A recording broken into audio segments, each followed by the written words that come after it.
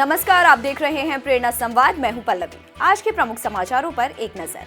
मुस्लिम राष्ट्रीय मंच पर बोले इंद्रेश कुमार, कहा देश को बहादुर शाह, अशफाक उल्लाह और कलाम जैसे देशभक्तों की जरूरत। बुधवार को परंपरा एवं पूर्वजों से एक हम भारत के लोग सभा में मुस्लिम राष्ट्रीय मंच के संरक्षक इंद्रेश कुमार जी सम्मिलित हुए। सभा को संबोधित करते हुए उन्होंने कहा कि भारत के हिंदू और मुस्लिम परंपराओं एवं पूर्वजों से एक है। यह देश बहादुर शाह जफर, अशफाक उल्लाह खां, बेगम हजरत महल जैसे देशभक्त स्वतंत्रता सेनानियों का है। कलाम जैसे वैज्ञानिकों का है। जिन्ना और जिन्ना जैसी मानसिकता रखने वालों की देश में जरूरत नहीं। उनका पूर्ण बहिष्कार होना चाहिए। इंद्रेश कुमार जी ने कहा कि जिन्ना और मुस्लिम लीग ने हमारे प्यारे वतन के टुकड़े कराए और हमें आपस में लड़ाया। ऐसे लोगों को देशभक्त और अच्छा इंसान कहा जाना पाप है। इलाहाबाद हाईकोर्ट का माघ मेले पर रोक से इनकार, कहा कोविड गाइडलाइंस का पालन कर रही सरकार। प्रयागराज माघ मेले में श्रद्धालुओं की भारी भीड़ को स्नान के लिए आने पर रोक लगाने की मांग में दाखिल याचिका निस्तारित कर दी गई है। इलाहाबाद हाईकोर्ट ने सुनवाई के दौरान कहा कि राज्य सरकार और प्रयागराज मेला प्राधिकरण कोविड पर सरकारी गाइडलाइंस का पालन करने के लिए आवश्यक कदम उठा रहे हैं। उत्कर्ष मिश्र ने जनहित याचिका लगाते हुए स्नान पर रोक लगाने की मांग की थी, जबकि मुख्य न्यायाधीश राजेश बिंदल और न्यायमूर्ति पीयूष अग्रवाल की खंडपीठ ने इसे खारिज कर दिया है। रुड़की के प्राचीन हनुमान मंदिर में चोरी, सीसीटीवी में कैद चोर दिलशाद पुलिस ने हिरासत में लिया। रुड़की में सिविल लाइंस के भंगेड़ी महावतपुर गांव में प्राचीन हनुमान मंदिर का ताला तोड़कर दानपात्र चोरी का मामला सामने आया है। मंदिर में लगे सीसीटीवी कैमरों को पुलिस ने खंगाला तो चोरी करता हुआ एक युवक नजर आया। पहचान करने के बाद पुलिस ने दिलशाद नाम के युवक को हिरासत में ले लिया है।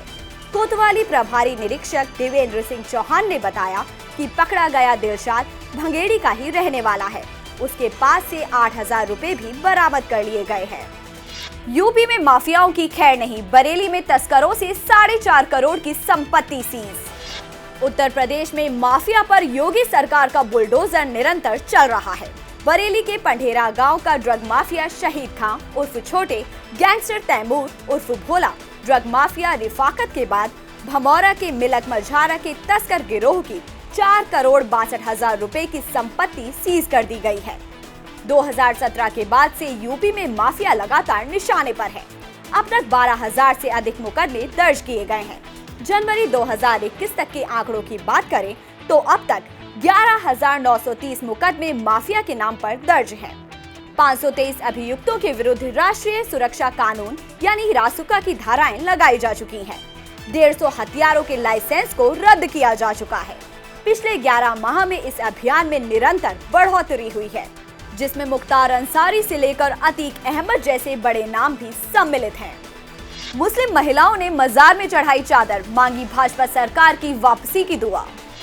उत्तराखंड में कड़ाके की ठंड के बाद भी सियासत गर्म है। प्रत्येक दल नेता अपनी जीत के लिए जोर आजमाइश में जुटा है, जबकि प्रदेश में भाजपा सरकार की वापसी के लिए मुस्लिम महिलाएं दुआ कर रही हैं। इंदिरा चौक स्थित मजार पर मुस्लिम महिलाओं ने चादर पोशी कर दुआ भी मांगी। मुस्लिम महिलाओं का कहना है कि भाजपा सरकार सभी वर्गों के उत्थान के लिए काम कर रही है। भाजपा में बिना भेदभाव के विकास कार्य हो रहे हैं। जय श्री राम के नारे पर भड़के सहारनपुर से सपा प्रत्याशी डॉक्टर धर्म सिंह सैनी। यूपी विधानसभा चुनाव के दौरान कई जगह प्रत्याशियों को जनता के विरोध का सामना करना पड़ रहा है, तो कहीं जय श्री राम के नारे लगते दिख रहे हैं। इस बीच यूपी के सहारनपुर के नकुड़ विधानसभा सीट से समाजवादी पार्टी के प्रत्याशी और यूपी के पूर्व मंत्री डॉक्टर धर्म सिंह सैनी की सभा में जय श्री राम के नारे लगने से हंगामा मच गया।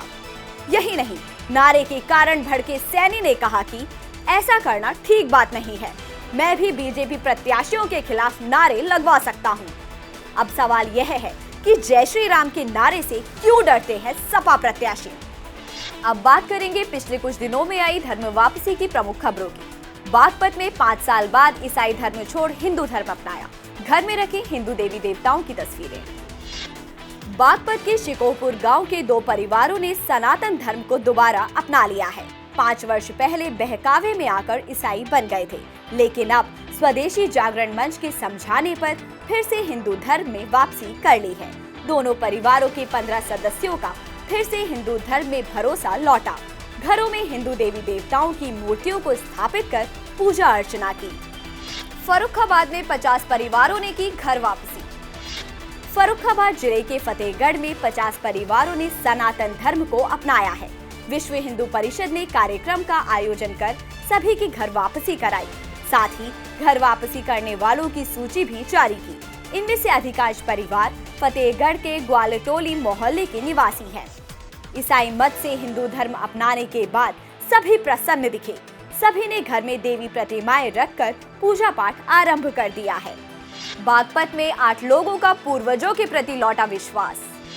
बागपत में हिंदू जागरण मंच कार्यकर्ताओं ने मुबारकपुर में हवन पूजन के बाद 8 लोगों की हिंदू धर्म में वापसी कराई।